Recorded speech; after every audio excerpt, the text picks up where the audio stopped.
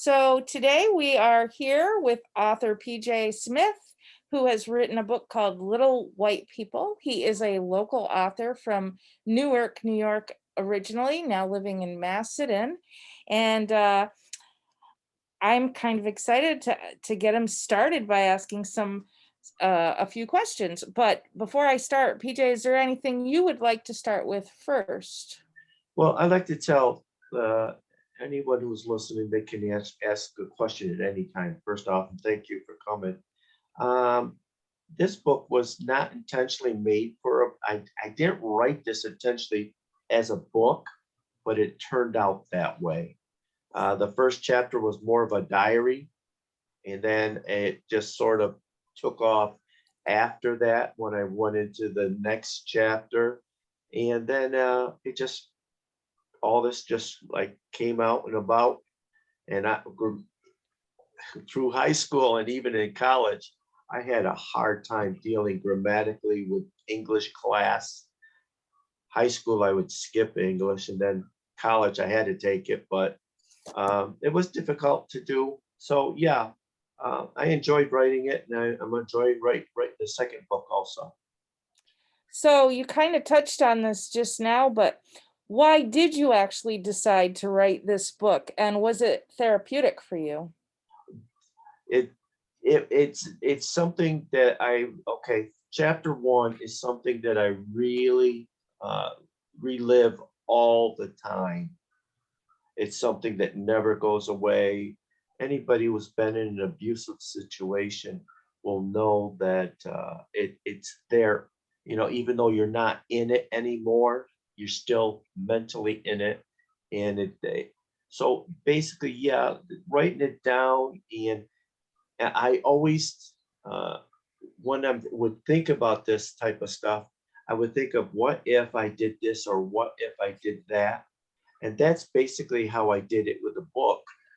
What if I, and that's how I did my escaping from something of that nature. Yeah, so you were writing this book from experience, even though the book in its entirety it's a work of fiction, but it was based on personal experience. Um, is Can you speak about a little bit about the abuse described in the book as compared with what you would have experienced in reality? And did you try to get help for this situation that you grew up in?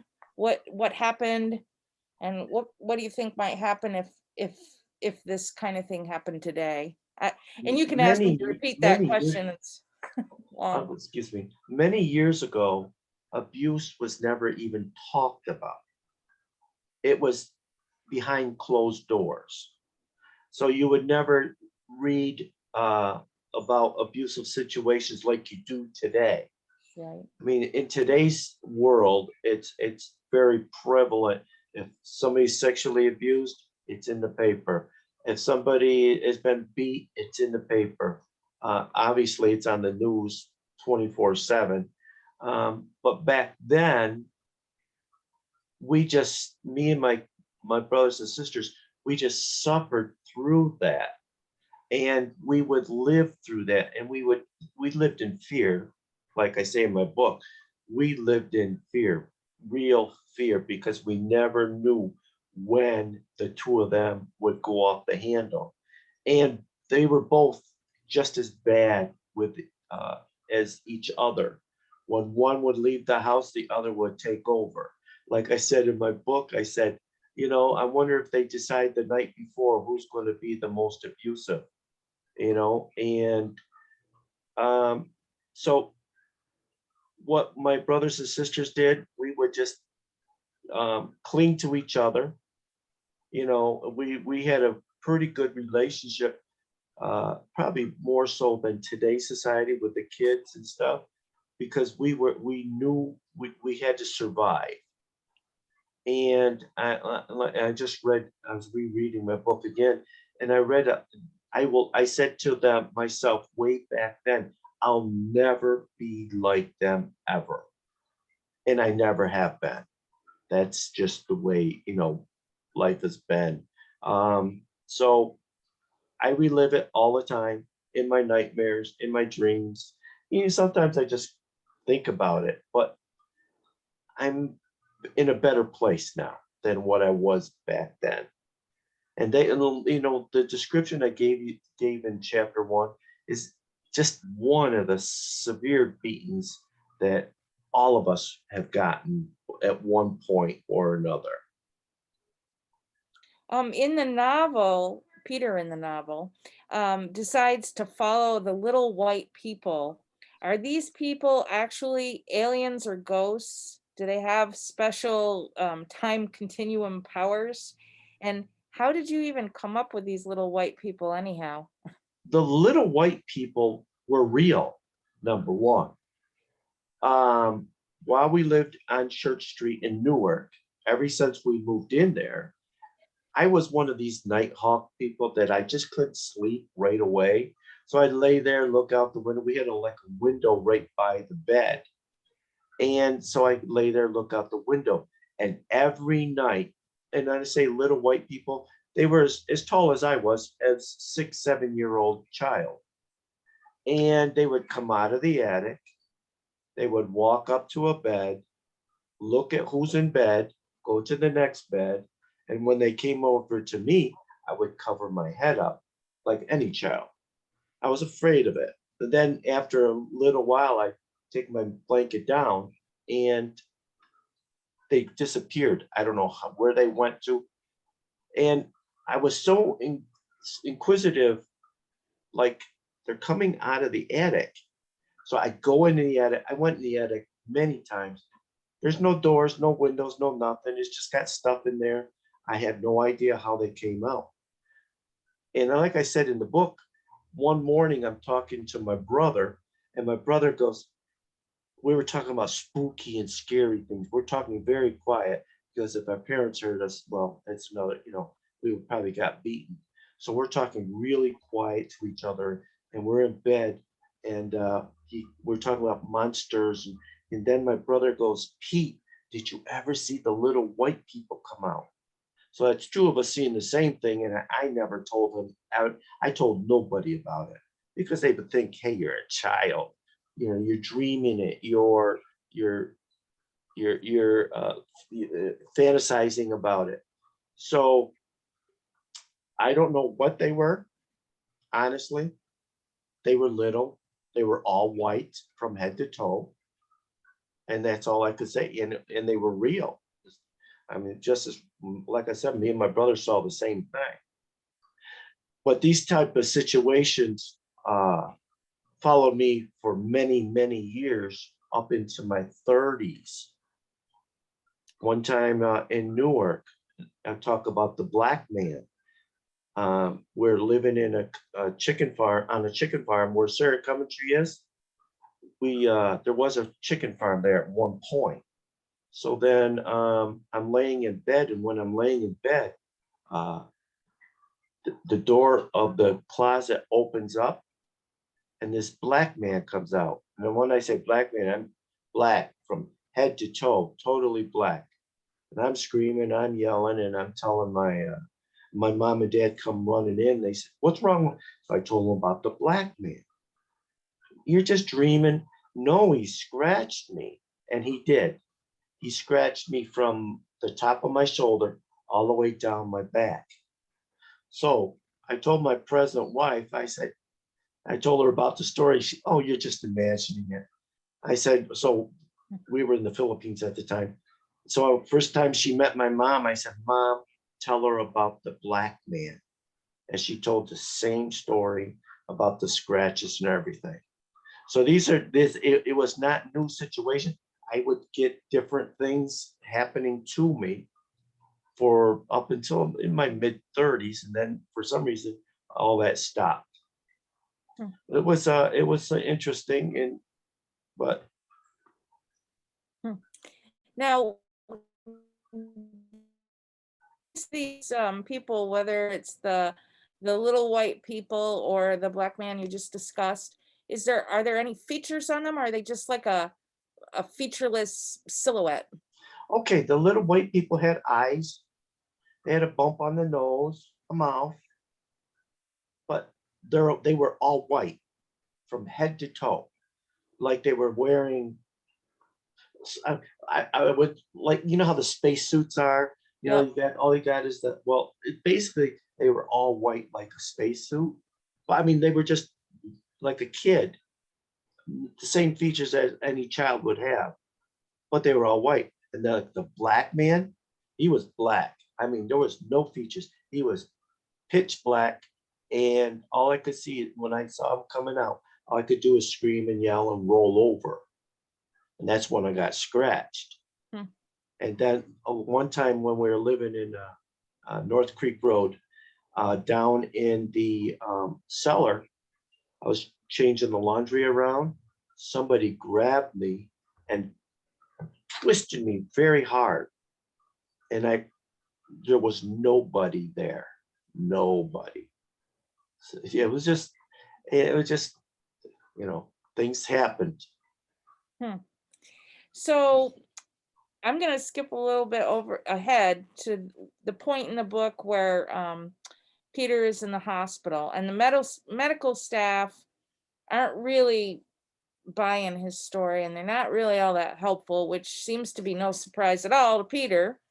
Um, is the disbelief something you feel is typical of adults when a child tells an abuse story, even if there are no little white people involved? Yes, because sometimes, and the husband or the wife abuses the child, Mhm. and the other doesn't want to believe that that child's being abused, or they are looking the other way, even though they know what's going on, they're not doing nothing about it. And Mhm. I think that's how it looked like when the child's in the hospital, or in me. Basically, when you're reading about Peter, that's me. I mean, I like Pepsi, and when you read about the child, you're reading about all these things, and you're basically understanding who I am. So, like in the hospital with the detective, he's like, well, where's your parents? He's going on and he's questioning you, and he's getting me angry, and like, I'm telling you the truth, like any child would do. I'm telling you the truth. Accept it. And it's sometimes they just like to look the other way, or sometimes they just don't want to believe it until it's too late, until it's past that point of that abusive situation, and then they'll finally believe down the road, oh, I should have listened to you. Yeah. And I think that's prevalent in today's society. And I don't care where you're at, parents and other people need to listen to their children, listen to the situation, and then don't just dismiss it. It's something that could be very real, and something that needs to be taken care of. And you have that point right then and there to do something about it. I So, I yeah. wondered when I was reading it if the little white people in the book could be emblematic of the disbelief that children encounter oftentimes when they're trying to tell their story, and maybe it gets written off as, oh, you're exaggerating, or oh, that can't be true. I know your mom and dad, they wouldn't do that, whatever. And maybe that's why, is there a connection to that and the fact that the little white people tend to be able to have this connection to a time warp almost? Yes, that's, I I have that point where I'm walking through the attic thinking I'm going to be with the little white people wherever that was. Mhm. And then as you're reading the book, and you're discovering, like, in first off, the telephone rings, and the child's like, where'd that come from? So I'm trying to give like little hints Right, that you got that 50-year gap in there, right. which comes out eventually, just like the TV situation where I talk about the rabbit ears and stuff, and now I got this small screen TV by my bed, and the time warping is, I don't know where that came from. I Mhm. just sort of, for some reason, it just came into my head. Now, into this, just a hint for the second book. At the end of the book, you'll see the boys in a fire. Mhm. So then the next thing you see is he's in an office area. Right. Well, so though there's going to be another time warp, not as drastic as the 50 years, but there's going to be a small time warp where it comes through. Now, where'd that come from? I don't know. Imagination, basically. But it How- makes I thought it made an interesting read when it gets to that point, Yeah. because you're finally seeing the pieces coming together. And as the detective talks to the little boy, who's your mother? Who's your father? Who's your brothers? Who's your sisters? And the little boy says, well, this is where they lived. Then the detective says, finally figured it out. Well, that's where they did live 50 years ago. Yep. Yeah, so yeah, that time warp was in there, and I thought, well, I liked it. Yeah. It was interesting. So I was saving a question about the next book for the end, but since you've touched on it, I'm just curious. In the next book, are we going to skip ahead and is the character going to be in our time now with this pandemic happening, or are we going backwards? Well, actually, the it starts in 2019. So Okay. at the end of the book, the fire happens. He's now turned 7, so he's now 2017, 2018, 2018. So he turns 7 in 2018. The fire happens, and now we're going from 2018 to 2019. A whole year just goes by. So Hmm. this is where it's going to pick up. Now, as for the pandemic, I haven't finished the book yet. Um, and I don't know if I want to deal with it so much because people are tired of it. I mean, everybody's tired of it. Well, let's get the shot. Let's not get the shot. And then it's back and forth and all these mandates and all this stuff. So would I put that in? I might touch on it, maybe, I thought a maybe little you'd have the bit. lockdown in your book. And that's because that's such a hard time for people that are in abusive situations. Yes. And so just a hint, what happens is in the next book, he comes back to the same house that he originally started in. Okay, so Ah. so he's getting to know the husband and wife a little bit more. Now, these people's names are people that I know, like the lady who makes the food while he's on the compound. That's my wife's name. Ah. So then Donna, if the lady in the first house, she's Uh-huh. friends of mine, and her husband. So we're talking, so and they know because I gave them a book. I said, okay, this is about you guys, and this is about you guys, and and I talk about different people that I know, and their character fit very well into the book situation. Mm-hmm. So it's sort of fun Yeah. to deal with. One thing I did put in there on the airplane, there's Colonel somebody, and then his co-pilot is Sanders. Hmm. So then the attendant asked me, "What would you like to eat?" Well, it's Colonel Sanders.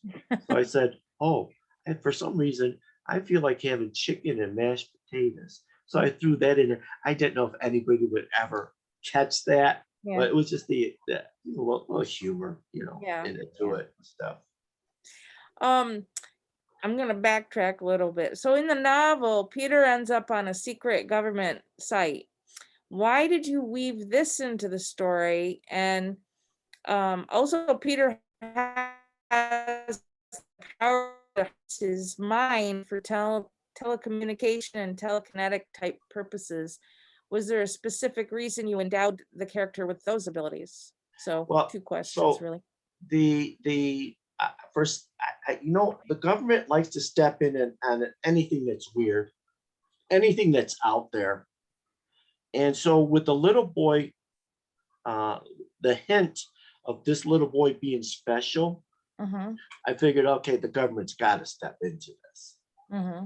And so now, as for the compound, at first, you'll read that I didn't want to be there. I was like, oh no, you're not going to track me down. And all through the book, there's a lot of information that I actually did research on. For example, the rainforest and the animals that are there, and the drug problem, which was there. And I talk about that in where the boys hold up in the inside the shed. There's marijuana laying against. These are all actual facts. So when the boy goes finally into the town, I talk about the Seventh Day Adventist Church, and Mm-hmm. that's actually this is an actual place. And so I try to put in as much fact as well as fiction so that people can say, hey, I know that place, or hey, I've been there, or those animals, just like when the boy gets caught up in the tornado. Now, now I wanted to make it as factual as possible. So I always say, well, I read this in the library where real people actually got caught up in the tornado. And it's true. There's many it's documented that people have gone into the tornado and survived. Mm-hmm. So a lot of that stuff I use.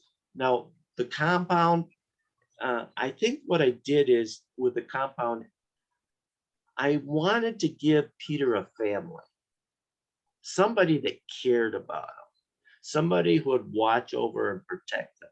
And that's why I have all the guards there. And I say the guards are like big brothers. And Mm-hmm. then Mr. Marlin, with Mr. Marlin, he ends up actually in the next book, he's actually going to adopt Peter into his family.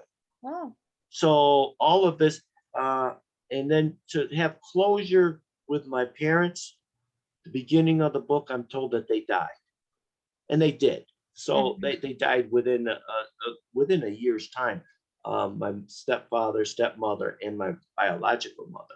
So that's the closure there. And I think Peter needed that. He needed that point of saying, okay, that part of my life is now over. Mm-hmm. So now he can move forward look forward to something bigger and better for his life. So the compound basically was just a time where Peter got to the point of liking the cook, liking the guards, liking the head guard, and all of that stuff. And they throw him a party and stuff like that. And it's a more of a happier time, Mm-hmm. even though there's a few things in there like uh, Mr. Wesley, the teacher. I still throw that in just a little bit of the abuse of a child goes through because it's still prevalent. And even though you're in a happy place, it still can happen. Yeah. And so, and then I got him where they kick him in the head and then they arrest him. And, so he gets caught. He's done. It's done and over with. And so with people who are in abusive situations, they need to tell somebody, don't do like we did. We just shut up. We Right. just hid it. Don't hide it. Tell somebody and keep telling them until they believe you. Right. And that's if anything gets into the book, that's the major point that I want to get through to anybody out there. There's somebody who's going to listen, somebody who's going to believe you. Yeah, and if anybody out there has read the book and is in a situation, or maybe you're listening and thinking you want to read the book and you're in a situation, I do have the numbers that you can call if you are in a child abuse kind of situation. The number to call is 1-800-342-3720. And if you happen to be in a domestic abuse situation, the number to call for help, 1-800-456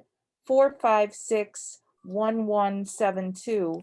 And if you need help, don't be afraid to just reach out. Those numbers will get you some help. I have a staff member that I asked to come into my office while we were doing this because Mr. Smith has donated 2 copies, not 1, but 2 copies of his book for people who registered to come to this program. And Julia, our lovely library assistant, is going to pick out 2 names so we can find out who gets a copy of the book. The first lucky person is Kimber Collins. Congratulations, Kimber. I'll contact you and you can tell me what library you would like to pick that up at. And the second lucky one will be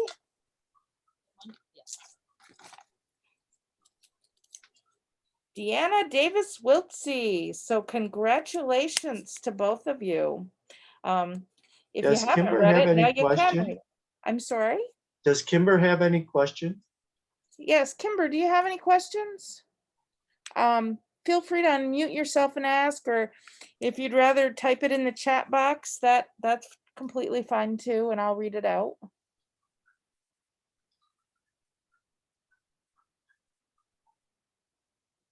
While Kimber's thinking about if she has a question, there was a second part we didn't touch on yet about the telecommunication, like the psychic powers, and he's got this amazing IQ going on. Like what motivated you to give him all these crazy abilities? Well, you know, I grew up where Superman had superpowers and Fantastic Four had all these powers and all the heroes back then. And I'm looking at now, you know what?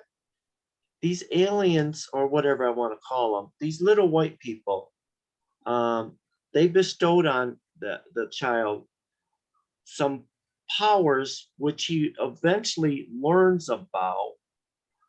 And the reason I put the powers in there, because all kids fantasize about having special powers. You know, like, oh, if only I could take a book, like I did with the book. If I just touched the book and I could just absorb that knowledge, or I could talk to somebody without using my lips, and I thought, you know, I grew up that way. I grew up with the idea of, okay, so let's not just give this kid one power. Let's give him multiple powers, which he's going to learn about slowly as he gets older. Now, I'm going to jump from 7 to what, you know, the next book. I don't know where that's going to end, but I foresee a 3rd or 4th book where he's going to eventually learn more of what he has available. Because I don't know if you remember when he's on the compound and he's having a terrible night, and he just came out of the tornado and he's terrible night. And then the tall little white people, I call little white people, a tall person, white, comes in and he tells the boy, he says, you're not going to realize all your powers until you finally grow up. And that's going to be a slow and steady stage. So I'm like everybody else. What So if I had these powers? you don't know if he has additional powers that he hasn't figured out he has yet, or is it more like he doesn't yet know the extent of the powers he does He have? doesn't yet know the extent of what he has available. Okay. Now, I have that mystery gene in his blood system. That's going to come into play down the road. Okay. That's when I think some more mystery powers will start popping in.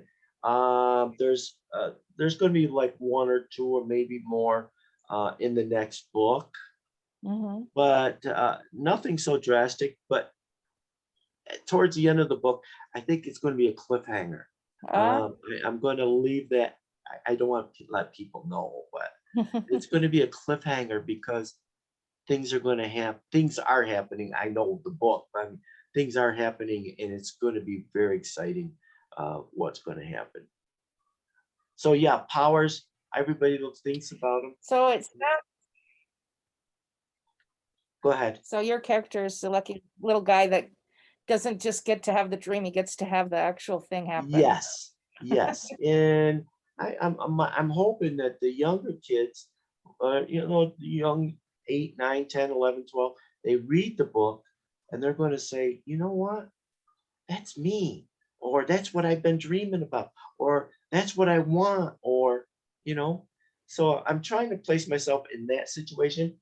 And the hard part for me was to try to say, "All right, I'm 6 years old and I'm using adult language." So Mhm. the reason I put that in because they say the detective right off the bat says, "Well, he sounds really intelligent. Maybe you should do a test on him." So I wanted to start that right away with the little white people giving him that little bit. And then it says in his mind, he hears, "Well, trust yourself." Mhm. And I tell that and that's not just for the little kid, but that's for the whole everybody. You need to trust in yourself. You Right. need to reach out and you can do something if you really want to. And that's why I like to say, "Oh, that little boy is everybody else." Mhm. Just trust in yourself. You know? So that's how it all started. And I think, you know, it's going to get even more powers somewhere down the road. So for everybody that's watching now or listening to this later, they really ought to get to the library and borrow a copy of Little White People so that they can read the first one, because before you know it, the second one will be out. And And they they can also read can that. buy this at Barnes and Noble Mm-hmm. or on Amazon. Okay. And all they got to do is put PJ Smith and Little White People, and they can look at it and order it. Or they can go to their local bookstore, and the local bookstore will also just order it for them. Yes, the dog-eared book is very accommodating in that way. She can help anybody out over there in Palmyra. So